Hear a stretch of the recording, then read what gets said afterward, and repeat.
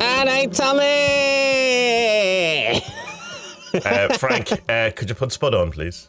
Alright, Tommie!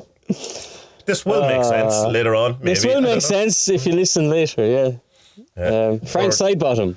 It's a wonderful name. Yeah, so that's who we're going to be talking about later.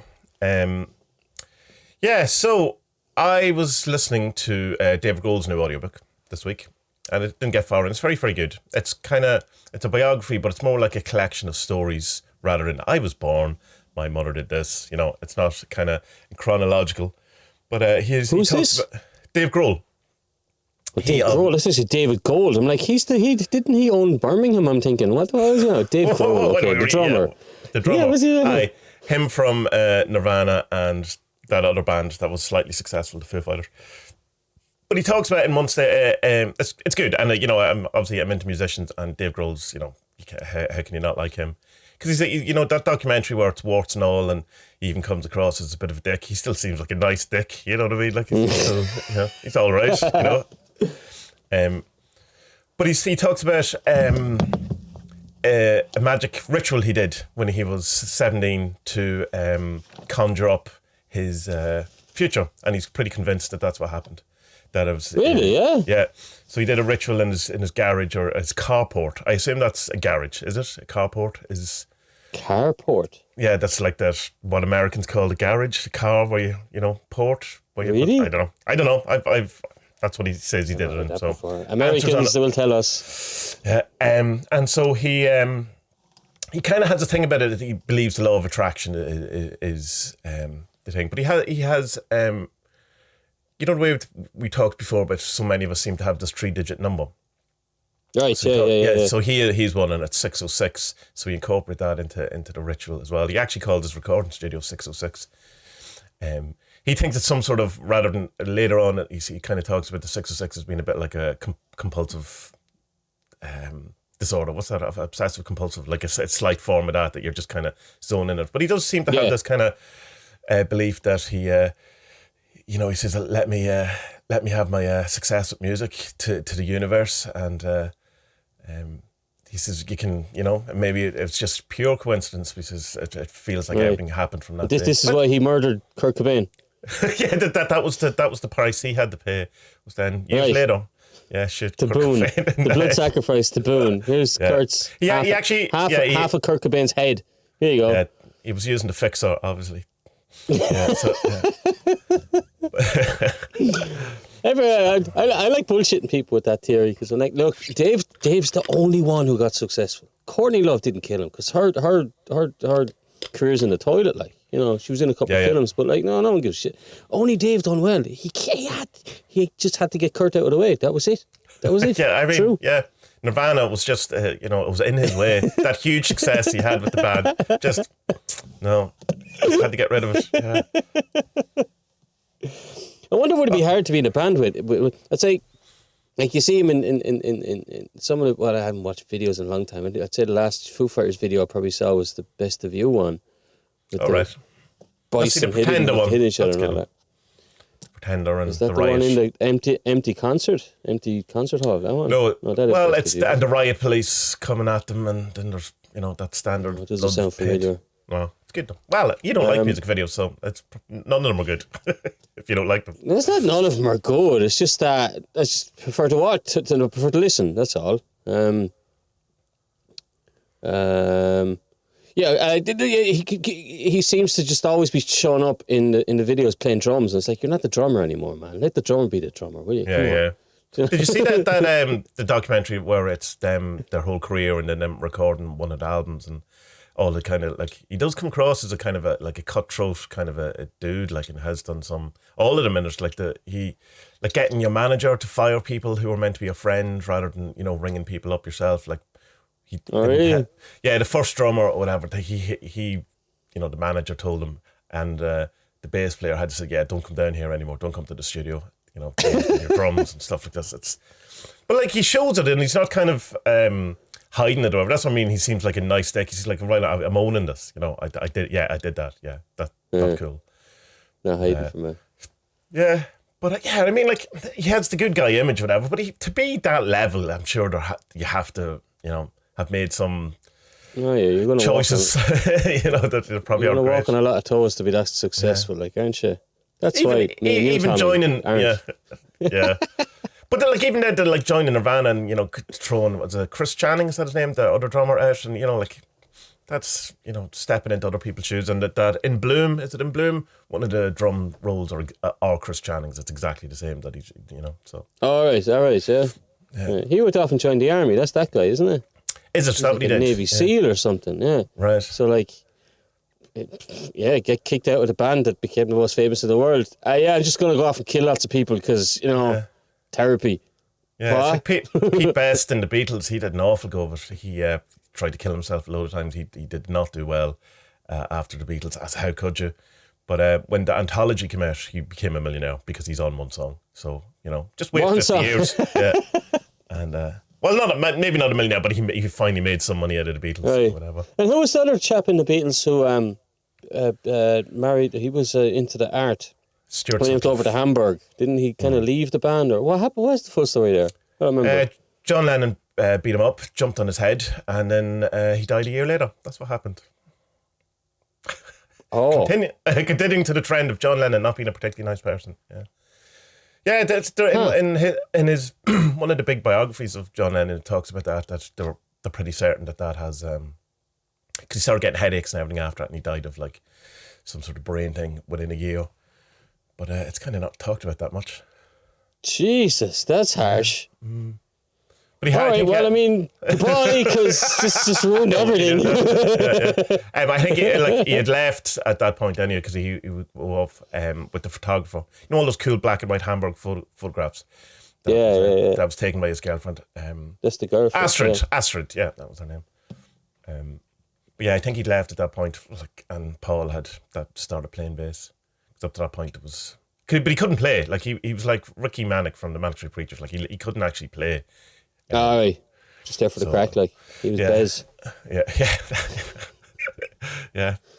But it's a tragic. I know. Yeah, it's a tragic. Like the whole thing's tragic. And then Brian Epstein killed himself because he was gay and you weren't allowed to be gay and was in love with John Lennon and he couldn't be openly. I didn't know that either. Yeah. So well, I mean, if you believe the things that people say, but that whole song you have to sick. No, you have to hide your love away is about him not being able to be open about his homosexuality in the swinging 60s and in the business world and all that. So John, that's a bit of a prick tease though, isn't it, by the lads to do that? Yeah, you can't have me, na na na na na na na. Or you can see it as a sentiment of it must be awful hard for you, and here's a song to we're on your side. I don't know. I know it depends on what way you want to. Or both, what to look at it. Yeah, but that's the thing. Like we've talked about many times, the art versus the artist. Like John Lennon wrote some banging songs. The Beatles are great, but like not a good dude at all. In a lot of ways. No, George is probably the best one. Ringo seems good crack too. You can see he's a new album out. He's Ringo. It's strange how he never got one grey hair in his life. Ringo. It's very strange. And he's it's late 70s now or whatever he is. But it's like get all the kids together and a chant, let's change the world. Oh, yeah. Nice. Yeah, good man, Ringo. Not buying it. Just here, I'm just finishing up John Higgs. I finished it up there yesterday, John Higgs' Blake book. I see a couple of people have bought it from us talking about it, which is great. Be nice if we got royalties, but we won't. He names very well, doesn't he? There's Amazon affiliate links you could do if you really wanted to make 3 cents on every book recommendation. But it's just an incredible book. It's fucking brilliant, and it has a good ending about kind of like he has a great way of ending it and saying, right, so this is what Blake done. This is what he achieved. Yada, yada, yada, yada. Where does he fit in with the world today? And instead of being like, you know who, and just leaking boots. Check the time. No, it's too early. It's too early to mention him. Instead of, showing any possible bad sides of him, he does. He says, look, Blake had a terrible attitude towards women. Awful, Yeah. But was the thing at the time, and even though it was changed at the time, he still had it. So we know that, so we can deal with that. And he says some of the other things is wrong because or it seems that he had this thing that, you know, him being a humanist obviously puts humans at the top of the chain, and then animals and nature are below. Whereas that's not really the way things are seen now, even in just like a scientific way, because we're all part of one biosphere kind of thing, you know. And then of course spirituality, we're all one, yada yada yada. And all that nonsense, all that non-duality nonsense. All that nonsense, yeah. But he still says like there's still so much to learn from him, because this thing about like it kind of boils down to like, so Blake had these like 4 elements, and if they're in balance, that's how you live a good life. Now it's very, very fucking woo.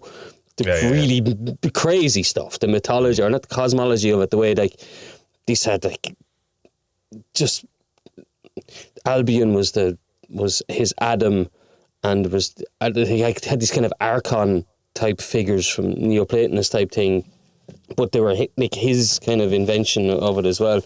But like he still finishes off saying, look, there's a lot we can learn from this fella, like really, really, really, really a lot.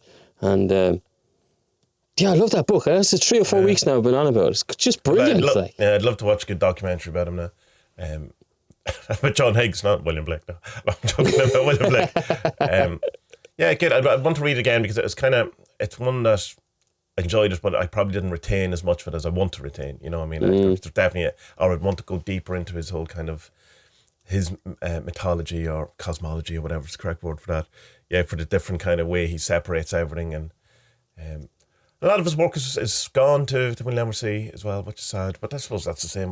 Like, isn't there only 7 Leonardo da Vinci paintings or something that survived? Oh God, you're full of joy today, Tommie. What the fucking Dave Grohl's a wanker. Did you know Van Gogh shot himself all alone in a field, have never sold a painting? Did you know that story? That's my favourite, from bringing it up at parties. Make sure everyone's happy.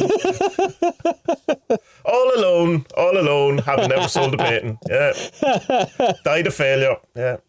Van Gogh, one of the most amazing painters of all time. Yeah, universe didn't help him. He was following his bliss, you see, and the universe went, "Yeah, you're all right." What drives someone? I suppose it'll probably come up with the Frank film and documentary top of there. Like, what is it that?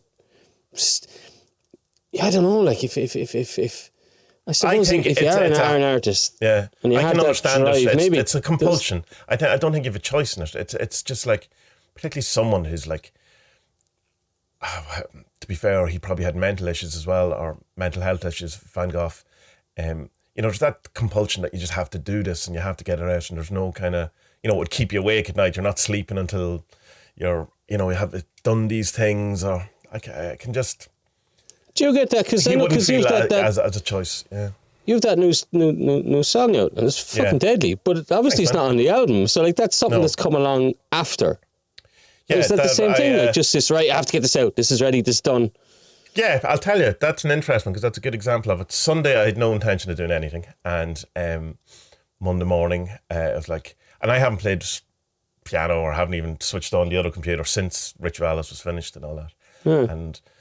I didn't. All of a sudden, there I am Monday morning going, shite, here it is. Now I have to put off all the other things I wanted to do this week, and then because it's just sat down and there it was. And so I recorded it, and I wrote it, recorded it, and did the video and released it in that last week. So it started Monday and I was out. Yeah. Having Sunday, not even remotely thinking that was. Because remember I was saying to you, because I'd love to do another song, I'd love to set up some time. And I was going, It turned out, it overheard me and went, oh, really? Okay, we'll do that now. That's mad. Fucking hell. Because I did watch the video and it's very good, even though I don't like videos, but it was very good. Thanks very much. But it's brilliant. It's more it's more post-rocky stuff. You're a big Mogwai fan. You don't even know it. Like, I know, I must check. Although it's like kind of going, maybe I shouldn't, because then I'll just go, they do it better. I'll just let them at it. So. They have a lot of to do post rock properly. You need there's what is it? It's like it's a bit like a plec for your guitar, but it's this tiny thing that feeds back the signal into it. Yeah. Is that what they're called? Yeah, Ebo. Yeah. Ebo. They're amazing. It's With or Without You. That guitar. That's what they use with that. Is it? Yeah. Is it called Ebo? Maybe I know. I bought one from my brother There's years an ago. that's it. Yeah, endless sustain is. Yeah. So like you can't do post rock without that. So you need one of them. Okay. So you're gonna have to buy one of them. I think they're only about I know they're dear. Or about 100 quid, I think, or something like that. 100 now, is it? Okay. Yeah. It's not too bad, I suppose. Yeah, because you can probably get an F bow or an E bar or something decent that that's just get it on eBay from China. Yes, an E bar for your post rock. Yeah, $99, $100. That's not bad at all now. I think I bought, because I bought it from my brother like almost 20 years ago, and it was more. Yeah. They were quite expensive, 400 or 500 quid at one stage. But they're deadly, though. They're good crack. Yeah, I think the idea originally was that it was to try and turn your guitar into it like a violin, that kind of, because a violin, you do the infinite sustain or the infinite moan, so, yeah. But, and do you get the same stuff with comics or with art or... Yeah, that's the thing. So it'll be like the Torbite syndrome as well. That just kind of goes right now to do it. But that seems to be working in chunks or whatever. So like when it's like kind of right, you've enough done that. Now you have to do this, and then you have to do that, and then I can already feel the turbine syndrome stuff coming back in because it's starting to be on my mind rather than me trying to. I must get back to that. It's starting to creep in again. So the next stage of that's coming around. But yeah. I mean. It's not totally right to say I have no choice in it because obviously you can just go no, but watch Netflix or whatever. But it would bug me, and I would feel a sense of like guilt or it's like I don't know, like you haven't done your homework or something. There's something that you just have to get to it or whatever. Yeah, Sunday night television is coming on. You're like, fuck. Yeah, Glenroe. Oh no, Glenroe's coming on. No, damn it, I forgot to do it. I get a little bit of that. Like, I don't. What do I put out? I only put out articles. I'll get back to the woodwork soon enough. But like, if I have the thing, what I usually do is I'll have an idea first, and the article never ends up being what I first thought it was going to be. It'll be about the team, the idea. It'll be about that, but it won't be anything like what I had envisioned it was going to be. But I know that like I've only noticed this really recently, and it's that like from the moment I have the idea of what it's going to be until it's out or until it's written, I'm really it's not tense, but it's like I have to get this done. Like everything else has to be put aside. I can't do anything else. This has to come out. Like so. I don't know. I think I'm after catching that kind of from the way it's good. Work or something. Yeah. There's a thing to watch out for though, and I'm sure you're aware of it, that if you talk about it in the middle of that, you can release the energy and it'll end up. Yeah, stop doing that. Yes, don't talk about it. And that definitely is a thing. Like if you start talking, it's as if it's already manifest. It's already been spoken into the world or something. Don't talk about your book. Nobody ever talk about your book. Sit down and start writing it. Because I know I've done it 101 million times. Like actually that reminds me of a deadline this week. I presume you watched the Foolish Fish video. That's been getting a lot of traction. I've seen that shared a lot of places. Your Magic is fine, that one, because he's the Jake Stratton kept one since I think the Pandemonium, which is equally good. Well, all his videos are good. No, I haven't seen that one. It's like it's like if you like books and you like the occult, I mean, it's literally the channel for you. Like and everything you want to know about each book. But he also then every Saturday does like a theory thing, which isn't about books. It's just him talking about some aspect of magic. And so the last one was kind of explaining his kind of take on chaos magic, which is very good. He certainly knows what he's talking about. But yeah, it seems to be shared. I got around a bit more. Like I see other people talking about it rather than it being shared in the Discord or whatever. It's come up on my Facebook feed a few times. What was it he calls the people? That's a brilliant one. That something of the internet. What was that? What he calls the whiners and the real mystics of Twitter or something like that. That's the real mystic of the internet. Yeah, whatever. That's brilliant. So good. Yeah, that was good. Yeah, because but like it's something that kind of came up. Me and you were talking about a couple of weeks ago as well. Like kind of this. What is tradition in magic? You know, like what actually is it? Like, is it something that stopped with the Golden Dawn and Crowley, or is it evolving and like just because, you know, like, okay, this is the book you're supposed to use for the HGA, but like loads of people use the other book and it's wrong and they still got it. So works. Like, well, what's that all about? You know? Yeah. You know, because I presume there's a lot of sticklers who hate this Gallery of Magic guy who has his book. Oh yeah, big time. Yeah. You know? Damon Brand. I don't know a lot about the Gallery of Magic at all. Like. Yeah. I assume Damon Brand's not his name and he's just a guy. It sounds like a made up name, which probably means that is actually true. But people just don't like it because it's I know it seemed to be too easy or something, or he just makes it that you know he doesn't hide it, or he doesn't. It's just plain English and it's plain here. Try this. This is succinct version of it. Or some of the stuff. One of the complaint as well is that he takes an awful lot of things from other sources and doesn't really credit them in the way they should be credited. Like he takes a lot of the stuff from New Avatar Power.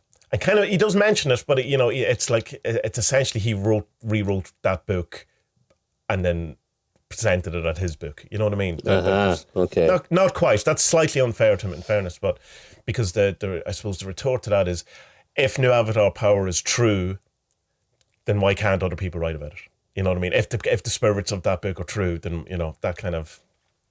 But I don't know. I mean, that whole thing of the Abraham Hicks, you know, the channeling thing we've talked about before, where other people start channeling them, and you're kind of, well, if it's a real entity, why not? But you know, there still is a copyright thing. There still is some sort of official channel. Pardon the pun, but that these things have to go through, or there's some sort of intellectual property, and it's I don't know. But I've read a few of his books. The Servato book is really, really good. I've got an awful lot out of that. The Angel one. Did you read the Angel one that I was saying, or did you look I have it. I came the other day, yeah. But they flick through it very quickly. It's all sigils and a bit about each one kind of thing, you know? Yeah, I think there's a sword protection ritual in it, which is like a banishing ritual equivalent, which might work for people. I think it's in that one, I'm not sure. But yeah, the actual, I was calling up one of the angels or something, I can't remember what it was. I think it was money, actually, in fairness, at the time, which is one of the harder magics to get working because it relies so much on, not having blocks and an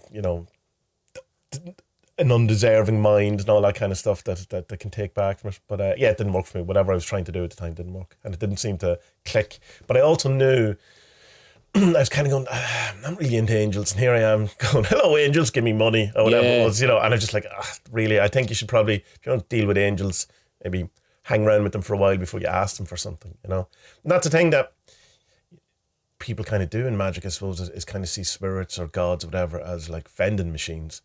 Here's your candle, give me my chocolate bar, please. And, and there's, a lot to be said about,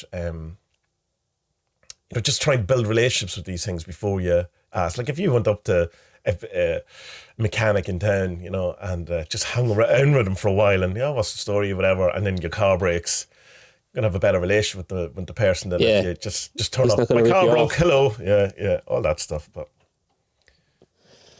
I I'd be interested to think what you, or to see what you make of it, because of Damon Brand having like the HGA one is like I would not recommend it to you. There's absolutely no point in you reading it because you're not going to get anything from it.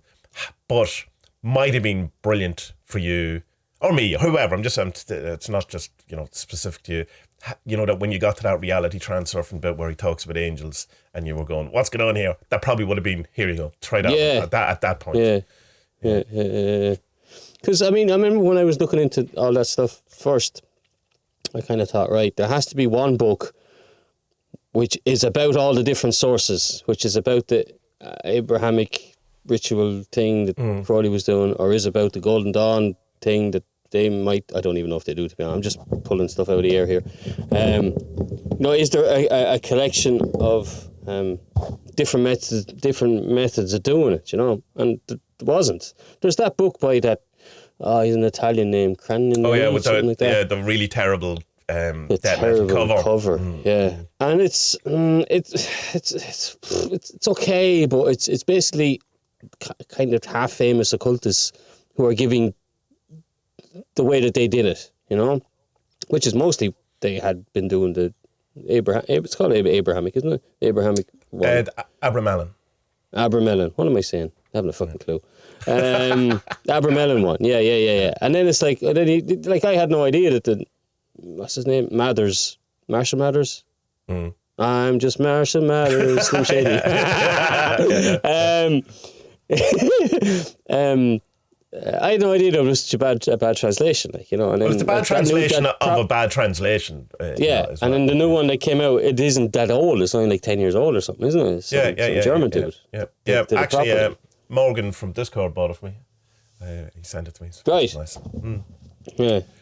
I haven't read it yet. It's like add it to the pile.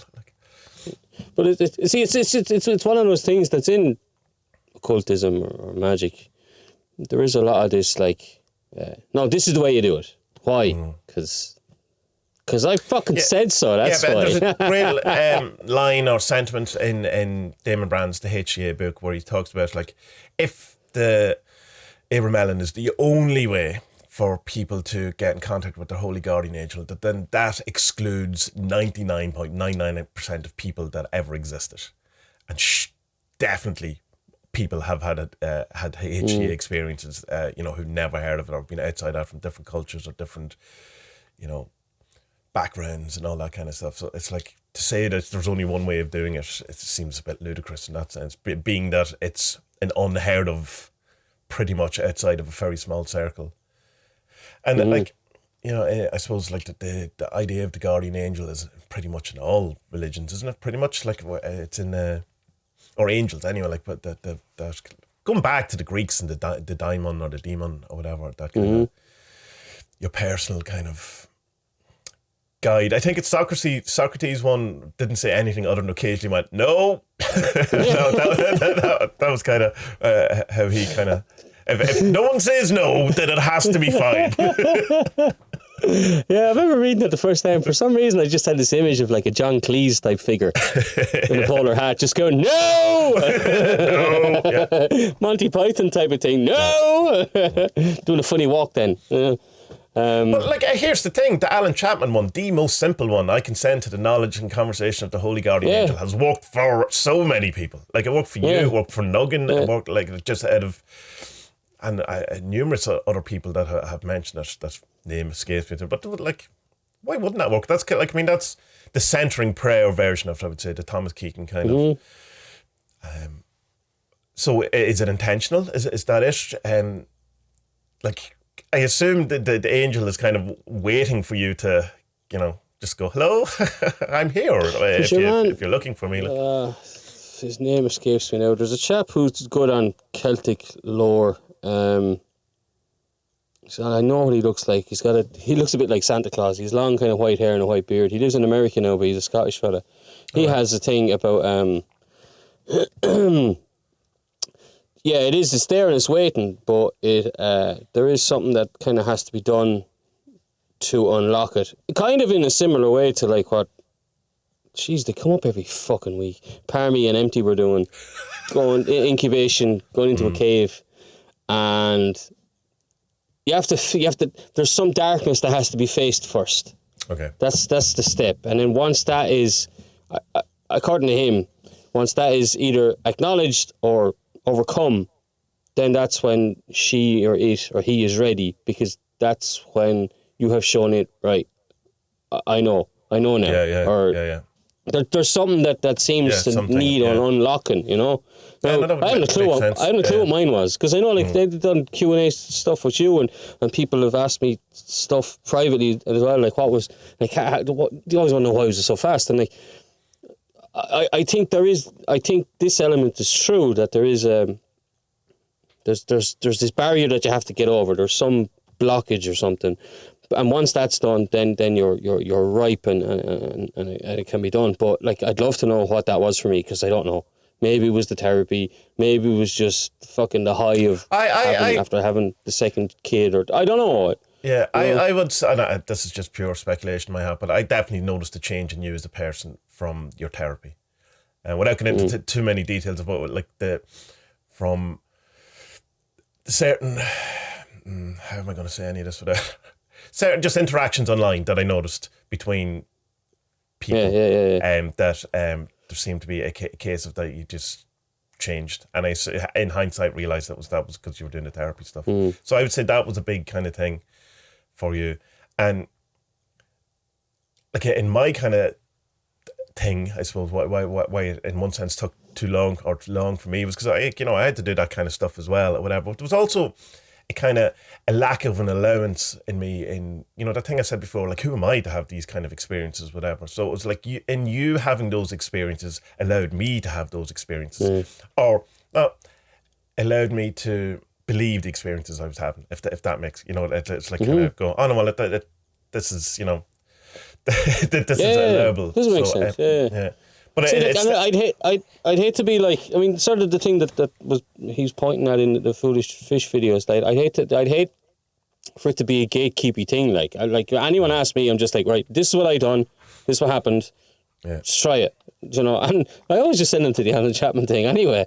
That's what it was. But like, I think there is that blockage barrier first. There's something there that like you have to face.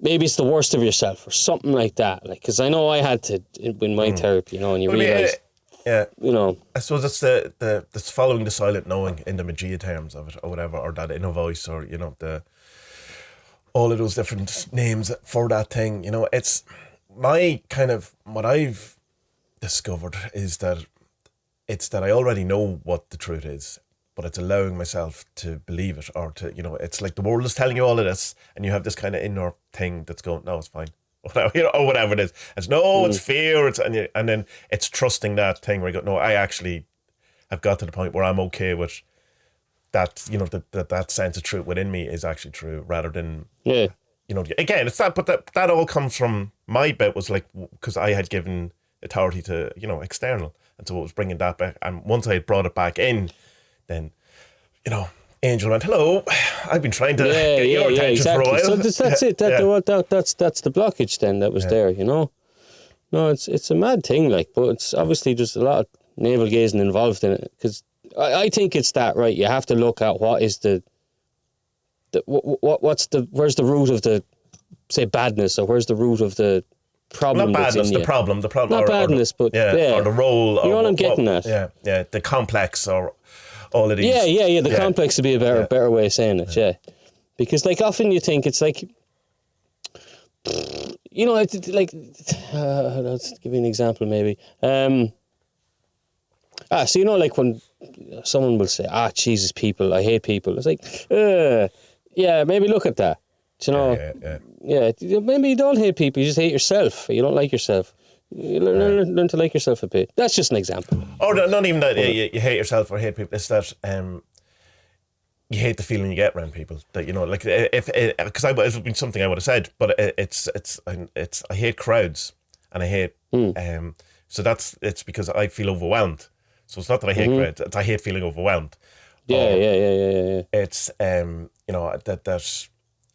If you've given, say, in my case, authority to external sources, whatever, you will hate people because they have the authority and you don't agree with them, and it's upsetting you and all of that kind of stuff. So again, it's without going, because I'm not really a huge fan of, that whole notion of the thing that you hate about someone else is actually the thing you hate about you, because I don't think that's true, and it's not actually what Carl Jung said either. It's that it's like when it notice why you're annoyed at this, and it can reveal something about yourself. Not that. If you see someone angry, it's really you who's angry. That's just COD psychology, No, I 100% agree with you there. Yeah. No, I mean, you project onto them. I believe that you do project onto other people what's inside yourself, but oftentimes you don't know what you're actually projecting onto them, kind of way as well. Yeah. And I remember my therapist. You think it's anger, but like it might be something complete. It might be jealousy. You've understood it wrong. Yeah. I remember therapist pointing out that, because I was kind of under this notion that because you're saying you're projecting, and I was going, no, that's actually happening though. And he goes, no, the projection doesn't mean it's not happening. They probably are doing that, but it's the thing that's clicking in you, because other people do things that are equally as annoying, and they're not annoying you. Why is that? It's not that, because I thought projecting, I was going, say you're jealous or whatever, and you're projecting on your wife that, they're always talking to other men or whatever, but they're not really. I thought that's really what project, but it wasn't. It can be, obviously, but it could be that the trait that your best friend does something. I find that really annoying, but why? Why? Of course, It's but it's not. But so you're projecting onto him, but it is happening. He is doing that. Yeah. And then there's obviously there's all the years of bias that you have with, wives, mothers, fathers, siblings, all that stuff. Whereas like you don't have that with friends you've just met. Like this morning, right? We were out at the horse riding place, and your man's getting ready. I'm just there playing with one of the horses, and next thing this woman comes over and starts speaking in English to me. All right. And she's like, she basically just said, yeah, look, I'm coming here, the daughter's coming here, he told me that you're Irish, I live in England, yada, yada, yada. And then like she just said, yeah, my husband doesn't want to move over here, he lives in England, he wouldn't like to live here. And I'm like, I know tons about you already, and I don't even know your name. Isn't that mad? That people are like, strangers are so fucking open to each other, and they'll tell you like private. That's pretty private information, like saying, yeah, my husband won't move here. Instead of saying that like, oh, we have good jobs or we like it in England or whatever. It was like straight away, he won't move here. I was like, okay. Yeah. I see what's happening here. It's odd, I just thought that was, it is odd, but it's fucking brilliant. It's great. I really like it, But I suppose that's one of the reasons why fortune tellers, the fake ones, let's say, are so good at cold reading and stuff and understanding, because people give out so much information that they probably don't realise that they're giving out. But that's not to say all fortune tellers are fake. I don't think so. I think there is something that people can. The one I went to was very impressive. So I don't know, like impressive in the sense of if she was fake, that's really impressive how she knew stuff about me not knowing that I was coming, or impressive because she she literally could see dead people around me, whatever it was. I'm impressed. I've never been to one. I think I'd go to one now, but. Well, how long would I though? Because I'm kind of happy not knowing the future, because I'd be petrified if something's going to go wrong or something. I don't want. Yeah. I'd rather not know. I'd rather deal with it when it happens, kind of thing. And like I remember I went to one years ago in a pub. They do this thing. It's called Untitled. It's St. Andrew's Day, but it's like their Halloween. Basically, they put wax in through a keyhole into water and. That tells your future and all, and they do this thing. It's a lot of Polish traditions have to do with like which loser daughter is going to get married. They'll stand at the back of the room and they'll each like. They take their shoes off, and they kind of walk with the shoes up to the front door from the furthest wall, and whichever one gets there last will marry last or marry first. Right. It's all got to do anyway. Is that a way of measuring shoe size or like a foot fetish thing that's going on? Or what the hell? But like the church has no problem with that tradition, but they hate Halloween. Like I just hate Halloween over here, so they go nuts about it. But St. Andrew's Day is totally fine, even though it's exactly the same thing, more or less. So she went to one, and he's like, I think he told her like to leave me or something because he's a foreigner. I was angry. So probably was good advice in fairness, though. I was so angry. I think we got the night bus home, and I think I got off the bus early and walked home. I was so annoyed. So I was, because she was just laughing at it, going, "It was the big joke." But I was like, I'm gonna burn his fucking house down. Who's this fucker? Fucking racist prick, That's a long time ago, though. Jesus. Good. Angus looked to go, hold on, maybe he's on to something. Look at this lunatic I'm with. Foreigners, huh? Oh, good times.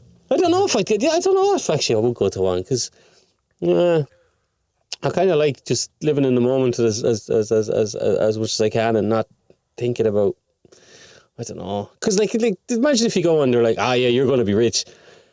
When? I could do with it now, and it's like, you're going to have health problems. Oh, great, nice one. Yeah. Thanks for that. It's going to get worse. Because your one told me I was going to something about, because I was trying to, I was probably big into doing comics at the time, and she told me that wouldn't work out for me, and that I was going to end up working with kids or something like that, and I got very depressed about that. And it kind of had not that I would work with, but it was more that, oh, right, so my life isn't going to work out the way I wanted to. And it kind of deflated me and stuff like that. And I was kind of going, yeah. And ultimately, it wasn't true anyway, because I ended up doing comics and stuff. And I'm not working with kids. You do live in a kindergarten, though. Yeah, but I'm not working with them. I'm in a big metal container, tank that no one can come into.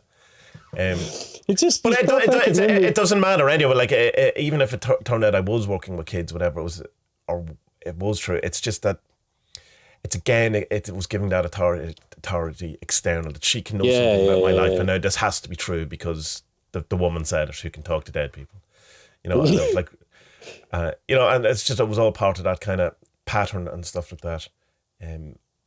But it did. Yeah. So I mean, if I would have to be very aware that if I go to a fortune teller and they tell me something, that there's a huge part of me that just outright will believe it, even if it's ludicrous, that, and will still pray it in the back of my mind, and it'll be like, oh, so I'll leave it alone.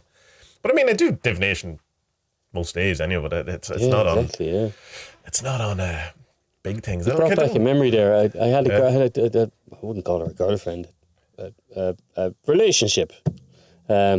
God, many years ago, and she was mad into tarot and stuff. And at the time, like, Mr. fucking materialist, rationalist, fucking atheist here, but because she was so incredibly hot, I was like, yeah, all right, yeah, okay. And she said, it was only a month or two we were together, or whatever. And she said, she started telling me all about the Rider-Waite deck, WP Yates, Golden Dawn. We went up to the Hellfire place. Oh yeah, Hellfire. They had something to do with that or something like that. And she kept pestering me to do the tarot reading for me. I was like, okay, do one. And no. She says, right, but like we're gonna do like the biggest one. This is gonna be like your whole life story. It's proper full on future. This is gonna be. And the next day she broke up with me, and that was it.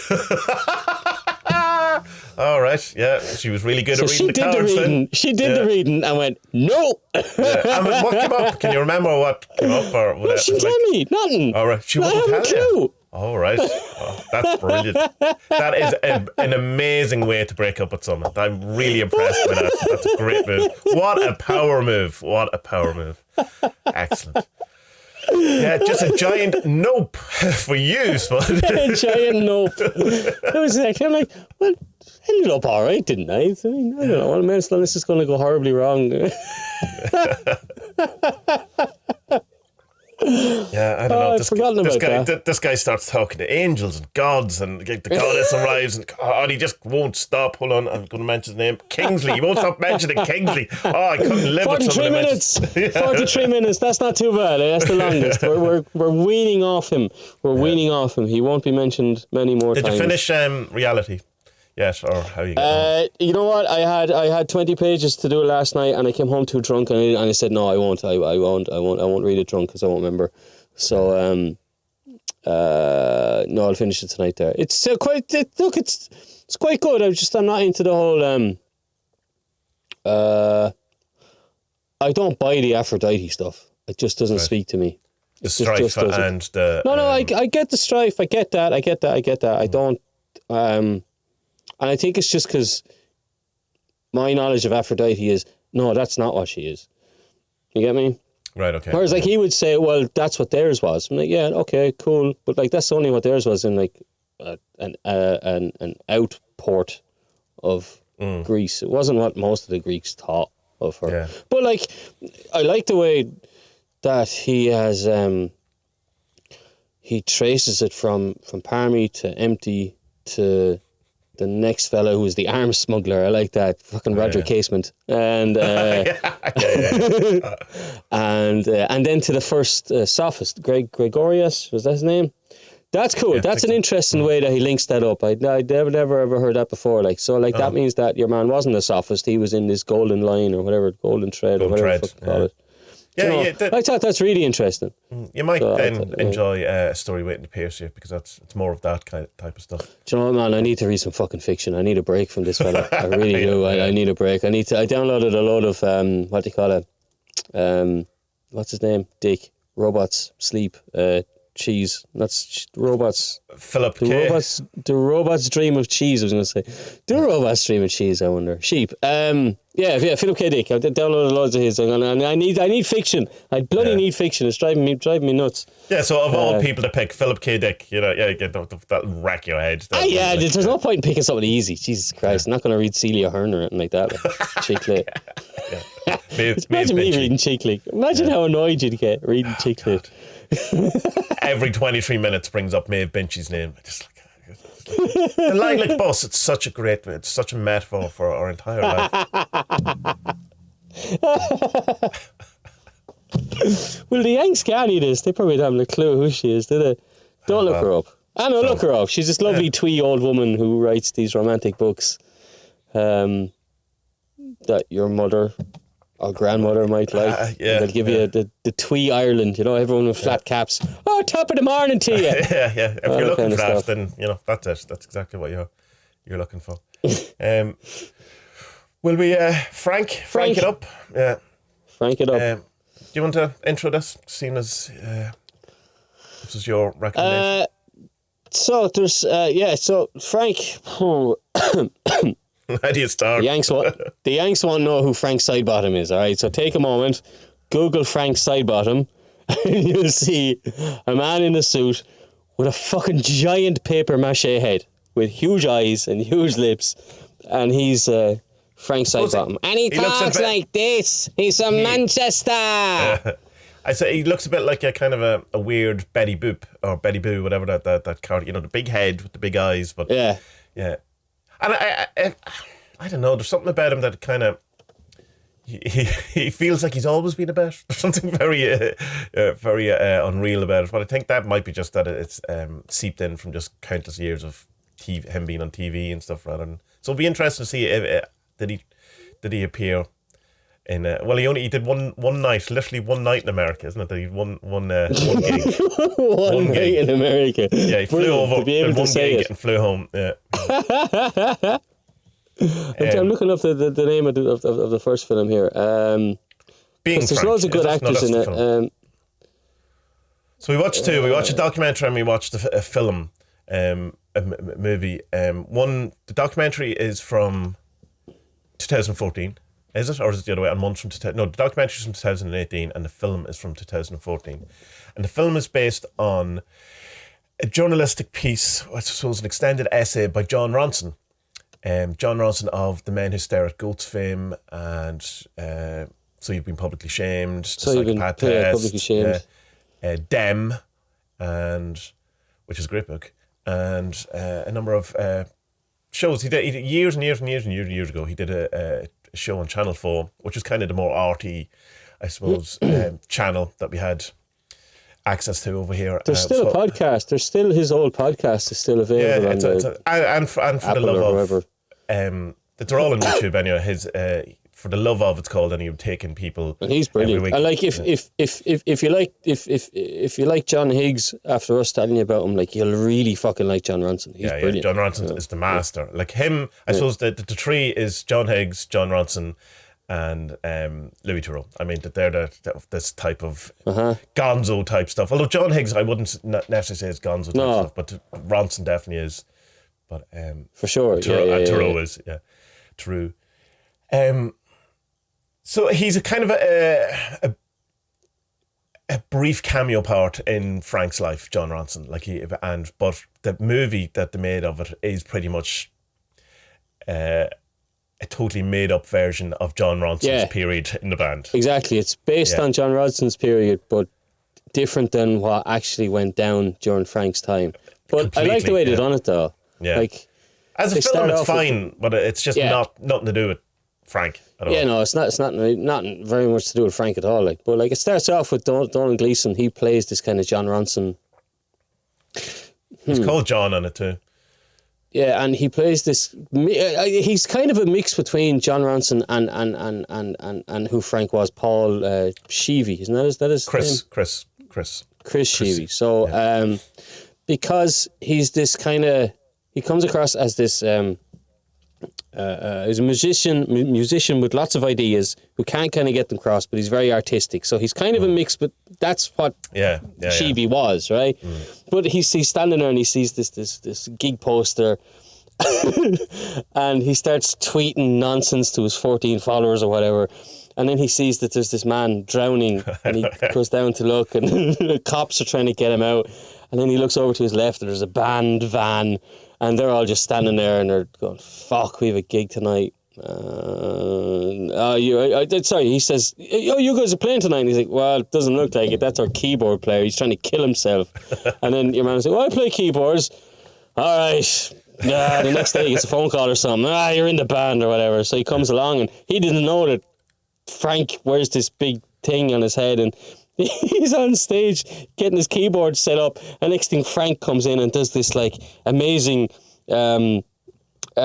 impression. It's like a Jinx Lennon thing. It's just madness. It's just madness. It's not. It is music technically, I suppose, but it's also performance art, crazy stuff. And then the film just goes on from there. Like they're going to record an album, and they're really crazy about the album. Like they have to. There's shots of them out in the forest, just like rubbing pine cones together and just ridiculous stuff like that. Not that you know until the end, but it's Michael Fassbender who plays Michael Fassbender. Yeah. It was originally written for Johnny Depp, and in places you can see kind of where Michael Fassbender kind of doing a kind of a Johnny Depp. I found it, and not all the way. The one complaint I do have about the film is that they kind of basically say that he was mentally ill. And that, I think that's unfair to Frank. While he had mental health challenges, of course, I don't think that's fair. And, you know, it kind of, if your only experience of Frank is going to be through this film, that's kind of what you're going to take away from it. But a good film. But it's just, again, having watched the documentary, I go, it's literally nothing at all, other than, you know, kind of a couple of things from John Ronson's life that... you know, the debate. Like it's fun and it's funny. It's also sad. It's very funny. The opening scene is great where he's walking in the street and he goes, "A woman with a red handbag," just singing the way exactly what he sings it from. I think I wrote that down. Well, what did it go like? Singing in his head, "Lady in the red coat with the mat bag, lady in the purple coat. Do you know the lady in the red coat?" Yeah. Very funny. Just like Jinx Lennon could totally make that into a song. He totally could. Yeah, that actually sounds like a Jinx Lennon song. Probably is. That is true. Interestingly enough, John Ronson appears for about 15 seconds in the documentary, which he's only interviewed. He only says one thing that I can remember. There's two. There's two bits. There's two bits. He says, "Yeah, there is only two." Yeah. The documentary is really good, and I have to give it a huge round of applause for the talking head bits are really well shot. They're more interesting than just talking heads. It's you know, there's some mad angles, there's people standing in cool sets, or some guy in a dressing gown for some reason. There's you know, it's not just your standard head and shoulders, someone talking about Frank or whoever it is they're talking about. But it goes back. He literally wanted to be the rock star. He wanted to be this guy, and he's quite talented by all accounts. He had some good songs, real pop songs. People liked them, and you know, heard the band or whatever going, "Why aren't you hugely famous?" or whatever. And just the universe, while he followed his bliss, conspired against him to just not help him out in any ways. He was booked to be on Top of the Pops, and then there was a strike, so he didn't go on. And then the next week, they said, "Well, your single's going down, so you're not getting on it this week." And, you know, every time he had about to make a good, you know, have a break, the universe just pissed on him and said, "No, not for you. We've other ideas for you."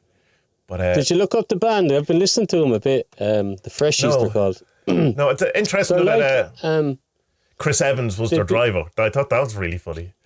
The DJ. Chris Evans. Who else was on it? Mark Radcliffe. You'll know him if you listen to BBC Radio. Yeah. Bronson. That's it, isn't it? Anyone? There was other famous people connected. I think that was it. Well, John Ronson talks about the one time they did a gig with this guy who had his big song was there. I don't have any chickens, but I have 5 wooden steps, and that was the song. And whatever, but he felt like he like they drove him home into this apartment block, this rundown thing, and he had everything, all his everything he owned in this bag. And when he got out of the van, it just dropped, And John goes, it just felt like his entire world ended. And I went, see ya, and just drove round. But it turns out he wrote a song for Kylie Minogue and became quite successful as well. Even that guy. Yeah. Good lad. The Freshies. They're a bit like they'd remind you of a bit like Stiff Little Fingers, poppy, punky, and he kind of sings in that kind of Fergal Sharkey kind of. Who's that band? Ever fall in love with someone? Ever fallen in love? That reminds me of them. Is that Stiff Little Fingers? That might be Stiff Little Fingers. I don't think it is. I can't remember. Right, okay. Well, whoever that's who it reminded me of. Is that the Undertones? Is the Undertones? That's what I was thinking as well. One of the there's a Northern Irish punky pop band. They sound like that. Like they sound like really early, like Blink-182 at times. This really that kind of poppy punky. Yeah. That was obviously he was doing it years and years and years before it became a thing. And like they're decent enough. Like they're okay. Like I don't think they were saying in that's what I was thinking. Buzzcocks, right? Yeah. So they were saying in the documentary that like they definitely should have been famous. They should have been da. I was like, I wouldn't go that far. Like they were good. Like his big single was I'm in love with the girl at the Virgin Megastore counter or something like that. And then they wouldn't play it because it said Virgin Megastore, and so he says I'm in love with the girl in the nondescript counter of some music shop in town or something like that. So just re-recorded the vocal and released it again. Yeah, they re-recorded it. They ruined the guitars. I had to do the guitars again, and then something went wrong, and they had to do it all over again. And then there was a strike in the BBC. And then when they came back a week later, it's no, your song is number 52 now. We don't need you. And it's like Jesus, it just did. And his home life was mad. Like he had 2 kids, and he was, like never pay any bills. He always was buying like video cameras, but the wife seems to genuinely have been kind of all right with the whole thing. Like she she sent a bit of functions. It was always crazy at home, and he was one of these people. He was big into DIY. He wouldn't wait around for other people to do things for him. Like he wasn't waiting to be discovered. He was always right. I want to do a video, so I'm going to do the video because that's how it'll get done. Or he wouldn't. If he wanted to get into animation, he got into it. He wasn't waiting around, and he did a brilliant idea, which I thought was fantastic. He went to pay his phone bill, and instead of paying his phone bill, he bought a computer. Yeah. And he says it was fine because they cut off my phone, and it was 3 months I was able to learn how to use this computer. So brilliant, isn't it? What he did is, on the A side of his single, he had the normal song, and on the B side, he put in computer, like the old years ago when you had like the Commodore 64 and you had the tape and it made all the weird noises to program, tell the computer what it was. So that was what was on the B side. And if you loaded that into your computer, you got the music video for the song. Genius. So genius. Fucking absolutely. Genius. Yeah. What a brilliant idea, like. Yeah.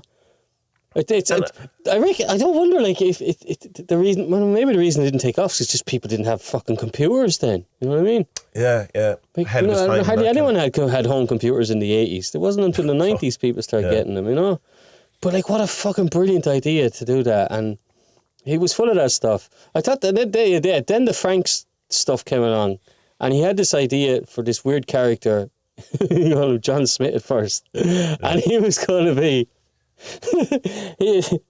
John Smith was this crazy obsessive fan of the Freshies. Yeah, the biggest fan ever. They even made some skit videos where like he's like a stalker, like, and your man Paul has to like punch him and stuff. Get away from me, you're weird, we don't like you. Yeah. Go off, go back to your mother's house, leave us alone, kind of thing. And so they turned it into this kind of comedy thing, which I thought was really just interesting, because if you know the story how Billy Connolly became a comedian. He was in a band with what's his name, Baker Street. That's the Baker. What's his name? I know you're on my tongue. Doesn't matter. And so during the warm ups, he would do Jerry Rafferty. He would do Jerry Rafferty. Yeah, he would do just comedy stuff. Talk to the crowd, get the crack going, and it's a bit like this, like. And yeah. It started just the bits between the songs got longer and longer with Billy Connolly, and then it was more talking and telling jokes with the odd song. But the genius bit where it all kind of either came together or fell apart was when little Frank came on the scene. So picture a guy in a huge head with a dummy. Why can I not say that? Say that word for me. Ventriloquist dummy. The best ventriloquism you'll ever see, because neither of their mouths moved ever. Because and little Frank didn't like Big Frank, and it started. People started saying at this time they were going like, Frank seems to be an actual person now, and like he was getting jealous of little Frank, and sometimes he'd show up to gigs and people go, "Where's little Frank?" "No, he's not coming. Oh, he's not coming to this gig." He's not allowed. He's not allowed. Then little Frank got a girlfriend, and the story with the head. Oh, jeez, I was crying laughing at. He's in a pub doing a gig in front of fuck all people. Look, you don't see the crowd shot, but it sounds like about 20 people, 30 people kind of thing. And someone shouts up. So little Frank has a girlfriend called Denise. He brings out Denise, and someone shouts up, "Where's her head?" And he says, he's like, "No, look, I have a story for that, but we'll be here all night. You don't want to hear it." "We want to hear it." "Okay, well, look, I was down playing with the cricketers. I'm playing a gig for the cricketers down in London, and they're bastards. And they stole her head." And basically, cut a long story short, he's like, "They're boycotting me now. They have it as a ransom. They said they want to be on my next album cover, and then they'll give the head back." And I'm like, "No, I don't want it. No, you're not being on my album because I'm an artist." It's yeah, fucking genius. Like he was so good at improvising. Brilliant, so absolutely good, brilliant. And top of his head.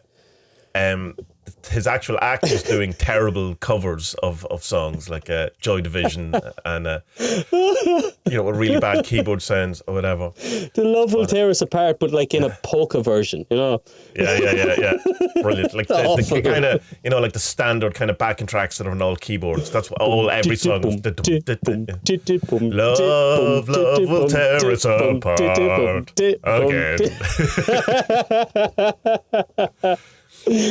It's a weird thing because it's like how much of a cultural thing is this? Because Aga's watching this and she's pissing herself laughing, but she also said as well like they don't have anything like this in their musical culture of this kind of joke. Yeah, the joke guy, the prankster. But also as well the from the film version, the Frank of this kind of like a Jinx Lennon type. This kind of tortured artist who is all about the art of the music rather than it being commercially successful kind of thing. Like that's everywhere. But this thing of this like this just bonkers funny guy who's like just he's pretending he's not in on the joke, but he's totally 100% in on the joke.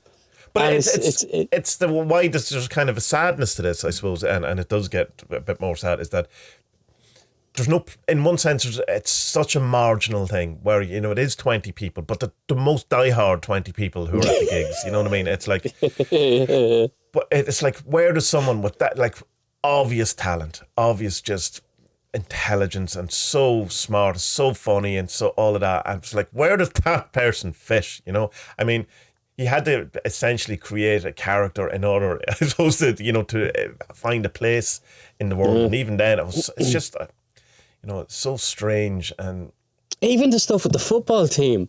he entered the football team into Brilliant. He entered the football team into like one of the local Manchester leagues. Like, obviously not a professional thing, but like in England, Sunday football is a big thing. Like. So they're in like the fourth or fifth level of this thing, and he just says, he just put out a notice or something. Anyone who wants to play football with Frank, come along this Sunday. He had shirts for them. He had a program. He had made a program. Like a program is I don't know if they have them in America. It's like when you go into a football match, you can buy a magazine and it's about the match, right? Yeah, you used to be able to do it at gigs as well, but they don't seem to do that anymore. And he had written like manager notes, team sheets, who they were playing against.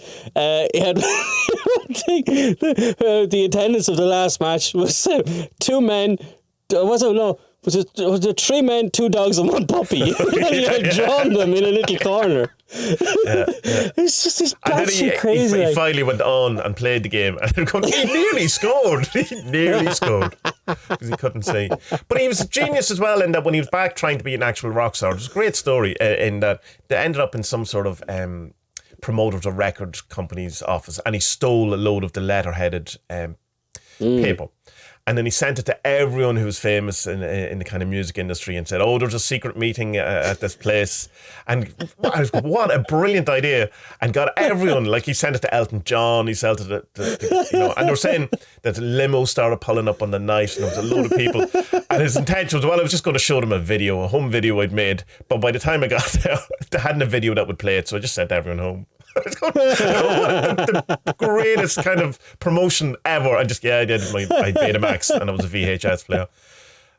Just like, because you can see that the brain, like, working all that out, like, and then just not, just saying, I just go home. It's like, we missed a bit. It starts off with him and his brother had been in a band, and they were writing songs, like very Beatley type songs. Yeah. Oh yeah, the Beatles are the greatest band ever, according to Frank. Yeah. There's no other bands. They play a couple of them, and they're very John Lennon-y or Beatlesy, and the two of them kind of trained down to London with the guitars and walked into Apple office and says, "Yeah, we're not leaving until you sign us." Yeah. All right, yeah, fine, yeah. So an hour goes, 2 hours, 4. They're still there in the evening. Eventually, someone comes down and. So, all right, then go and play a song. Play a song, and he's like, "Yeah, I like that. Can you come back in a week?" And so they came back in a week. They recorded 11 songs in the Beatles fucking studio. 2 lads in like secondary school who were just chancing their arms, and they said, "Yeah, look, this is really good. If you get a band together, we'll think about it." And then the band fucking broke up. Yeah. Again, what the fuck, like? Yeah. It's mad. He used to send out his tapes and include a rejection letter with the tape. You just have to send this back to me. It's fine. I've already written it for you. He starts doing well then, and he gets he gets his own. He started getting on like local like Manchester cable telly and stuff like that. But it just led to, slowly and surely he eventually ended up with a national. Proper television show. I think that's where I knew him from first. People. The interviewing with the weirdest questions. Yeah. And you can see an awful lot where Avid Marion, the your man, what's his name? I can never remember his real name, but he's hold on. Well, my point is that he takes an awful lot from him. That kind of interview. Marion, Keith Lemon. What's his real name? Oh, yeah. Lee Francis. So Lee Francis kind of has I would say, having watched his documentary, and I love Lee Francis, I think he's a genius, but has the same kind of insane kind of interview style where, you have a very serious kind of setup. And I suppose even Ali G did the same type of thing where it was a character interviewing ostensibly a very serious person, but he was like, "Oh, what did you have for breakfast?" And what's your favourite colour? What did he ask? What's your man? Who is he in, Genesis or something?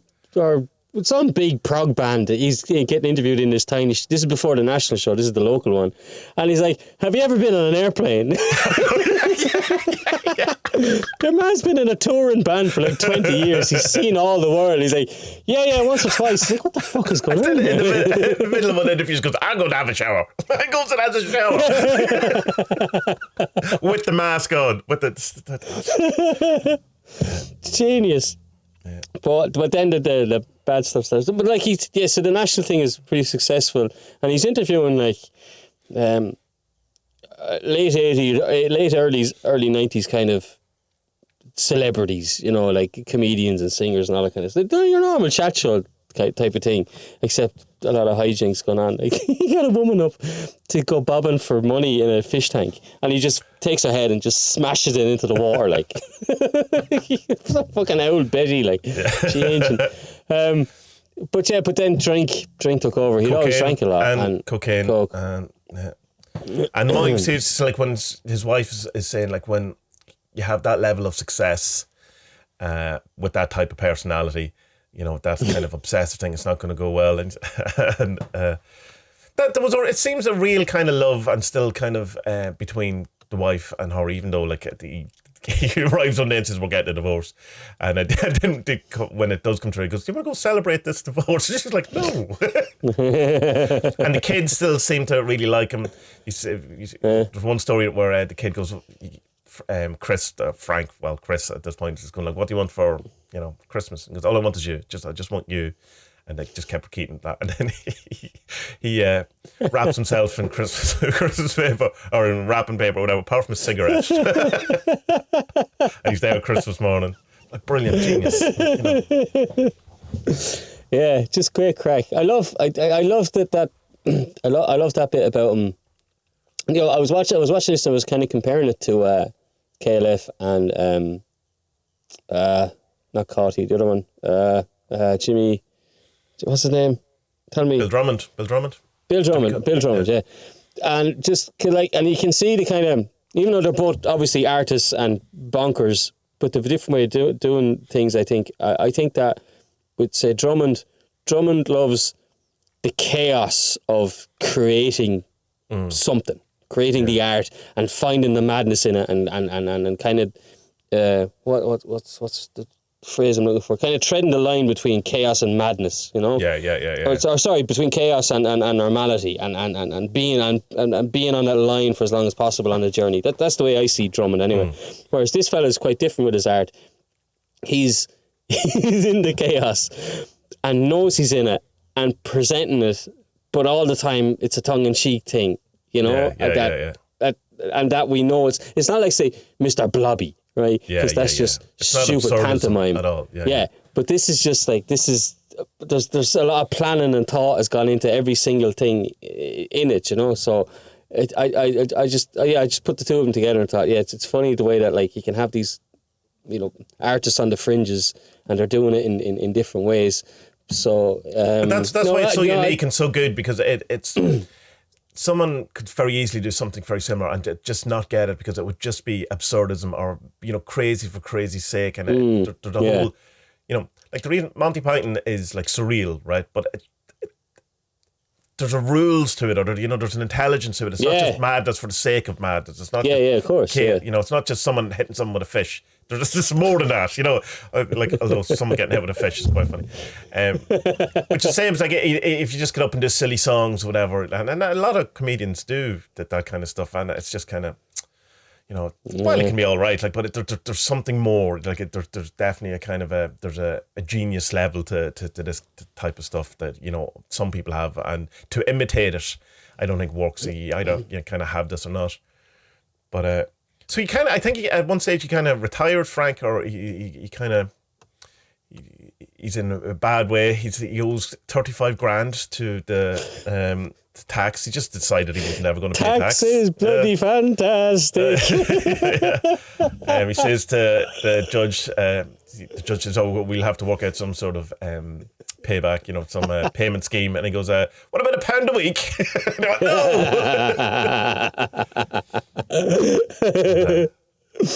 Yeah, it's class. I think the drink, it comes out from, like, through his friends that, like, he was.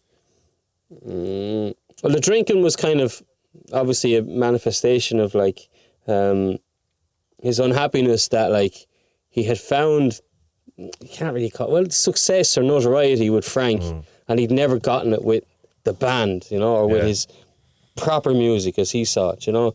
And turns out that, like, that really upset him, you know. And so then he retired, Frank, and just says, "No, I'm not doing it anymore," because he wanted to do his own stuff. But the only thing is that no one wanted to know him when he wasn't Frank. So then he started getting better, sorted himself out, wasn't drinking as much. He'd fall off the wagon every now and again, but he seemed to have it fairly under control. And he came back then with this 5-year plan that he was going to do, like, loads of stuff with Frank, and it would be a success. And, like, you're hoping the best for me, you know, because, like, he's starting off at the bottom. He was doing, like, kids' parties and stuff. You know, the bottom. And then he had this brilliant idea with the tour buses. He'd hire a tour bus and bring them around, like, Frank's local town, Trimbley, you know, some suburb in Manchester no one's ever heard of, like, unless you live there. And this is where I did this. This is where that, you know, people, can we go around and see your mum? I said, no.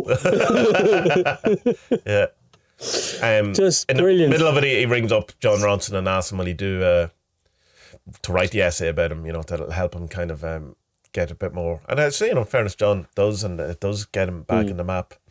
I think he gets to year 4, does he? And then actually he gets cancer. Gets sick then. Yeah, he gets throat cancer. There's some brilliant bit where he's like, someone's interviewing him and says, what's been the highlight of your career? Frank, he says, Paul McCartney. That would have been my answer if I'd ever met him.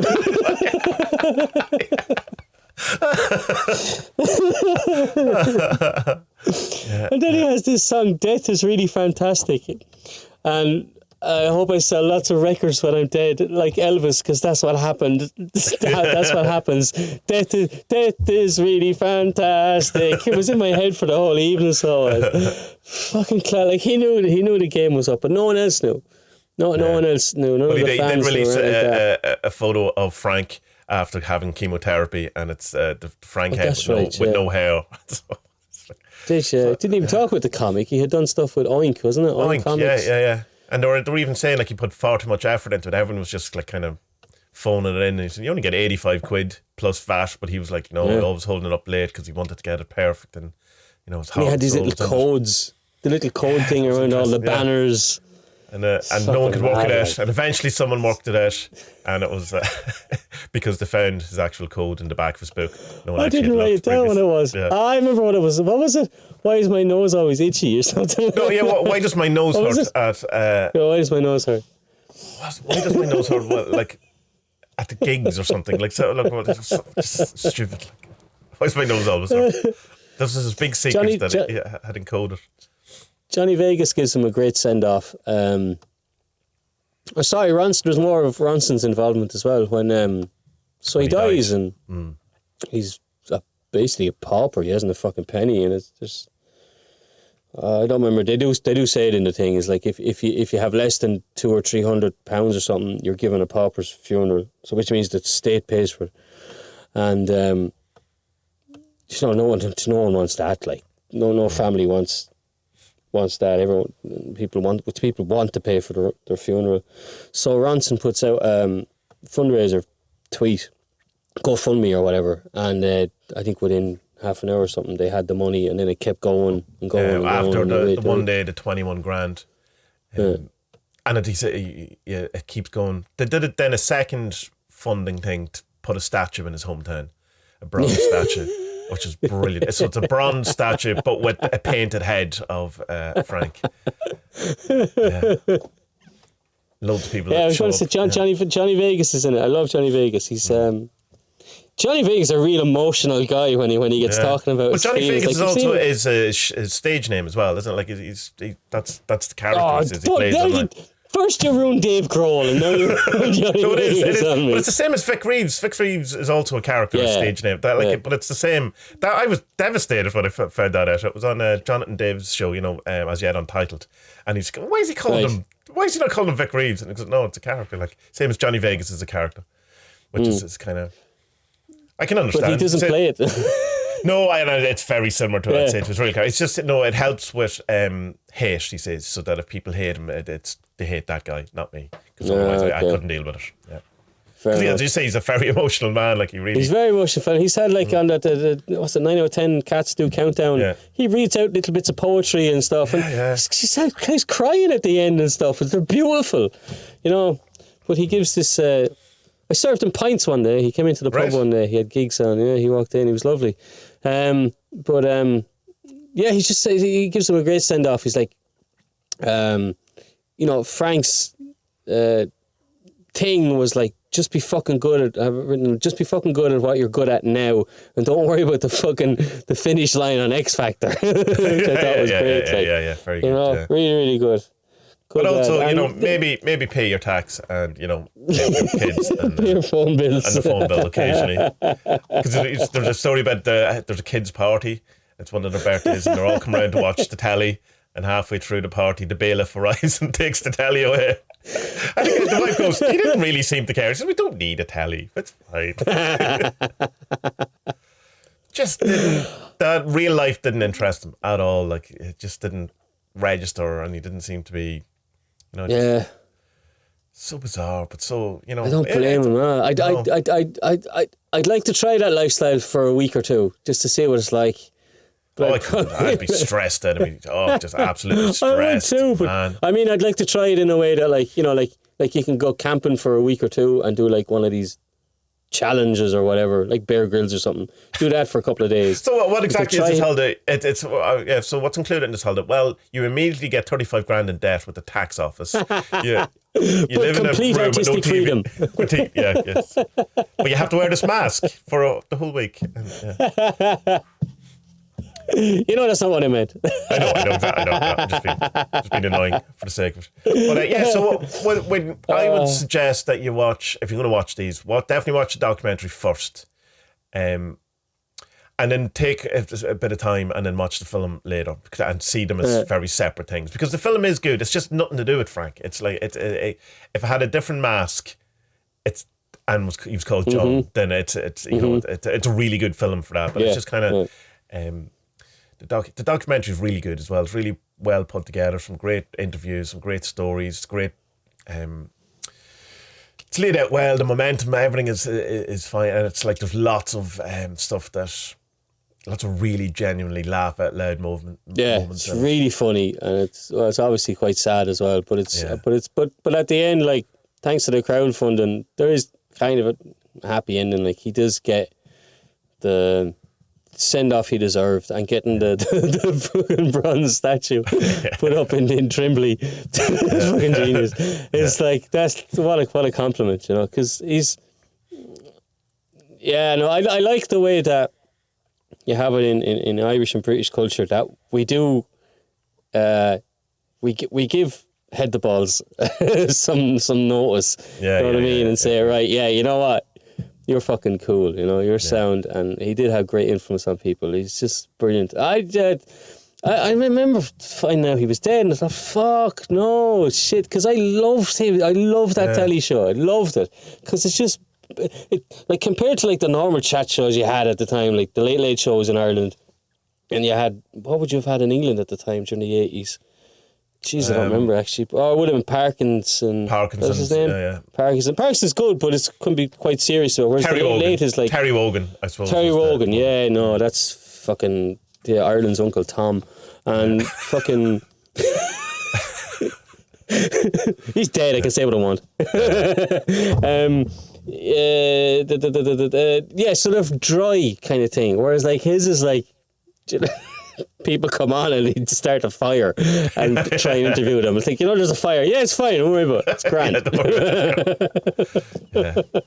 Legendary. Yeah, just funny stuff. Yeah, but do try and kind of find it. It's floating around online. I'm sure it's on some of the streaming things. Maybe isn't. I'm not sure. But it's definitely worth a watch. And I know it's not the kind of standard stuff that we do here, but I think it fits in because of the kind of artistic compulsion and the creative thing that he has. That whole thing is like, he's like the epitome of that whole, that trying to, and the DIY. God, he was so talented. He was so fucking talented. Yeah. Anything he turned his hand to, he could do. He just decided to do animation, and he makes an animation show, and that's not crap. You know what I mean? It's not crap. It's good. He went down to before they make Bob the Builder, and was like, show us around, for a few years. Yeah, he just turns up and won't go away. Same thing. But they give him a job. But like he does Bob the Builder for a few years, and then it kind of go, everyone agreed that he probably should leave. Yeah, I'd say, it must have been intense. Like, fucking must have been intense, but also great crack. God rest his soul, sure. No, but check the films out. They're great. Really, really good. It's just so funny. It's just stuff to laugh about when you think of it. It's just class. It's just brilliant. Absolutely brilliant. One of those documentaries that's going to live rent free in your head for years. You just find yourself, you'd be sitting on the bus one day and you just go, remember that. Death is really fantastic.